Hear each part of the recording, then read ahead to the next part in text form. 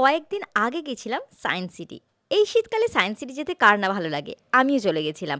আর তোমরা কিভাবে Kolkata science city যেতে পারো সেটাই বলে দেবো আজ এই ভিডিওতে। এখানে গিয়ে কত টাকা টিকিট আর কি কি লাগবে সেটাও আমি জানিয়ে দেবো, তাই ভিডিওটা শেষ পর্যন্ত দেখতে থাকো। সায়েন্স সিটি যাওয়ার জন্য প্রথমেই নেমেছিলাম উল্টোডাঙ্গা, সেখান থেকে বাইপাসগামী একটা বাস ধরেছিলাম। পুরো ভর্তি বাসে বাইপাস সিট খালি, এই আওয়াজ শুনতে শুনতে চলে এলাম সায়েন্স সিটিতে। সায়েন্স সিটি যেখানে স্টপেজে নামাবে সেখান থেকে কিন্তু বেশ 5 মিনিট হেঁটে তবে গিয়ে এই গেটটা পাবে। সায়েন্স সিটির ভেতরে ঢুকেই দেখবে একটা টিকিট কাউন্টার, আর সেখানে বেশ খানিকটা লাইন দিতে হবে কারণ এখন কিন্তু বেশ ভিড় হচ্ছে। এবার বলে দিই টিকিট প্রাইস কত।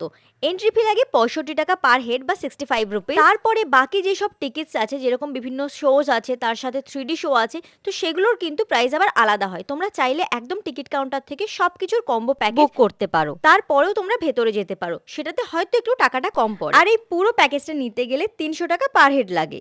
যদিও আমি কিন্তু গেছিলাম 65 টাকার এন্ট্রি ফি পার হেড কেটে, তারপরে বাকিগুলোর টিকিট আলাদাভাবেই কেটেছিলাম, কারণ আমি জানতাম না যে আদেও আমি কটা অ্যাক্টিভিটি কভার করতে পারবো।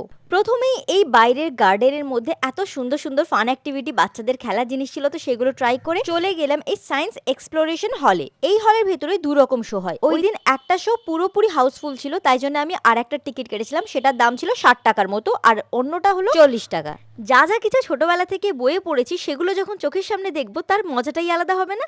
এখানেও গিয়ে কিন্তু সেরকমই হয়েছিল। এই যে তাজমহল, কুতুব মিনার, বিভিন্ন আরো হিউম্যান ক্রিয়েশন, সেগুলোই এখানে শোকেস করা ছিল। আর তার সাথে ছিল আর একটা 3D শো, সাথে ছিল বিভিন্ন গেমস। সেই গেমসগুলো যদিও আমরা খেলছিলাম। এবার চলে গেছিলাম শোটা দেখতে, কিন্তু এই শো এর ভিডিও অ্যালাউড ছিল না, তাই জন্য আমি ভিডিও একটাও করতে পারিনি। তো তোমরা কিন্তু গেলে তোমরা নিজেরাই দেখতে পাবে। এরপরে চলে এলাম আর একটা হলে। এখানে স্পেস ওরিয়েন্টেড সব শোজ হচ্ছিল, সেখানে ছিল আরো ওয়াটার শো, বিভিন্ন জিনিস। এরপরে চলে এলাম মিরর হলে। আর মিরর হল ইজ অলওয়েজ ফান। কাঁচের দরজা দিয়ে এই ভুলভুলাইয়াতে যদি একবার ঢুকে যাও তাহলে সেখান থেকে বেরোনো কিন্তু বেশ চাপের। আমরাও বেশ খানিকটা সময় নিয়ে তবেই বেরোতে পেরেছিলাম। আর সেখানে বিভিন্ন মজাদার মজাদার আরো গেমস ছিল।